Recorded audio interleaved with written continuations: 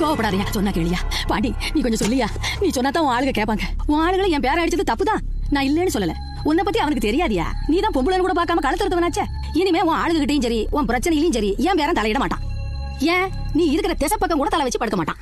அதனால அவனை தயவு செஞ்சு மன்னிச்சு விட்டுறியா அப்படின்னு நான் உங்ககிட்ட கெஞ்சுவேன்னு பாத்தியா? என் பேரனை பத்தி உனக்கு தெரியாது. அன்னைக்கு அந்த மாரியம்மா புள்ள கூப்பிட்டப்பவே என் பேரனை அனுப்பிச்சிருந்தா நீ செத்துருப்ப, அவ உயிரோட இருந்திருப்பா. இப்பவும் ஒண்ணும் குறைஞ்சு போகல. இனிமே அந்த புள்ள பாக்கியம் என் புள்ள மாதிரி.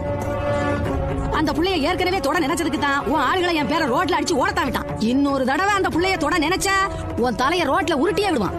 நீ எல்லாம் ஒத்தாள போடுறதுக்கு 10 ஆளோட போவ. ஆனா என் பேரை 10 ஆள போடுறதுக்கு ஒத்தாளா போவான்.